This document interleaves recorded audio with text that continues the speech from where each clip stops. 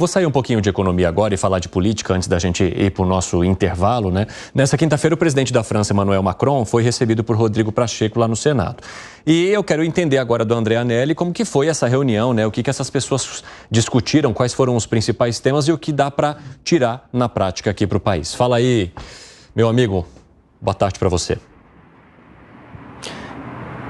Oi, Evandro, muito boa tarde para você, boa tarde a todos ligados aqui no 3 em 1 da Jovem Pan. Foi uma visita rápida de Emmanuel Macron ao Senado Federal, onde ele foi recebido pelo presidente do Congresso, Rodrigo Pacheco, e Macron acabou encontrando ali a sede do Legislativo esvaziada, como não poderia ser diferente, até porque, como acontece em outras épocas semelhantes desse ano, o Congresso fica naturalmente esvaziado porque os parlamentares voltam para os seus estados de origem, voltam para suas bases e apenas alguns permanecem aqui na capital federal. Foi o caso ontem de Rodrigo Pacheco, que recebeu então pessoalmente Emmanuel Macron nessa última visita, nesse último compromisso aqui no Brasil, e alguns outros parlamentares, a exemplo de Davi Alcolumbre, presidente da Comissão de Constituição e Justiça, e o líder do governo no Congresso Nacional, o senador Randolph Rodrigues. Nessa reunião de cerca de 30 minutos,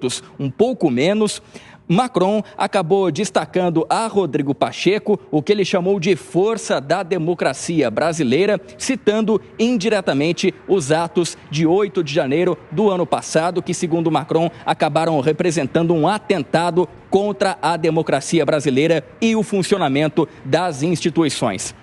Logo depois dessa conversa, Macron então acabou deixando o Brasil. Esse foi o último compromisso oficial dele aqui no país e ele acabou retornando à França ainda no dia de ontem, depois de 3 dias de compromisso oficial. Lembrando que ele desembarcou na última terça-feira em Belém, no Pará, e de lá seguiu com o presidente Lula até a ilha do Combu, onde foi conhecer então a produção sustentável de cacau. Logo depois, no dia seguinte, Macron foi até o Rio de Janeiro, também acompanhado do presidente Lula, no município de Itaguaí. Eles acompanharam o lançamento de mais um submarino ao mar pelo ProSub, o programa de submarino, que é uma parceria entre Brasil e França. Depois, Macron seguiu sem o presidente Lula até São Paulo, onde teve uma reunião com empresários e também com personalidades culturais, e encerrando essa agenda de 3 dias aqui no país com os compromissos aqui em Brasília. Antes dele ser recebido por Rodrigo Pacheco no Congresso Nacional, houve um almoço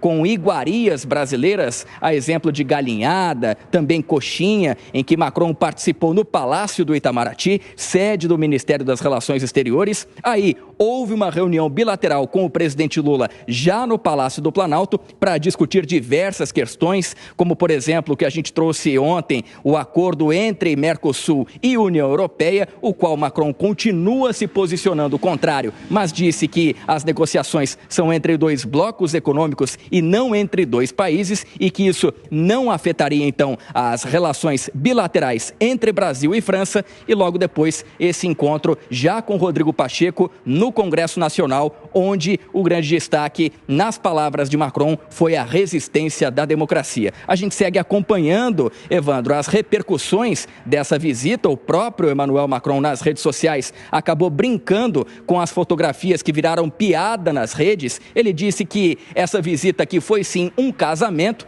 fazendo alusão aos ensaios fotográficos que ele acabou promovendo junto com o presidente Lula e que algumas pessoas, de forma sarcástica, humorística, acabaram então comparando a um casamento essa visita de 3 dias que ocorreu aqui em território nacional. Evandro. Muito obrigado, André Anelli. Um abraço aí para você. Eu dei risada também dessas fotos porque eu me lembrei do meu pré-wedding.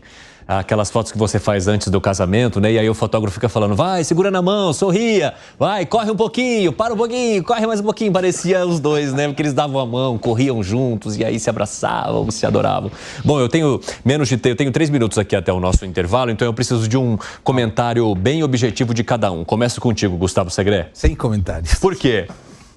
Primeiro, teria uma oportunidade histórica, os 2 presidentes, para destravar o acordo União Europeia-Mercosul. Claro, cada um defende a sua prioridade. A prioridade do Macron era mostrar que é amigo, que estamos super bem, que o acordo era ruim para as partes, mas não resolveram absolutamente nada.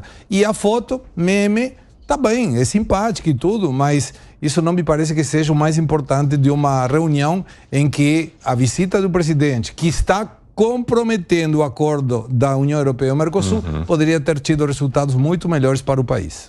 E aí, Luiz Felipe Dávila, tem um pouco tempo, hein?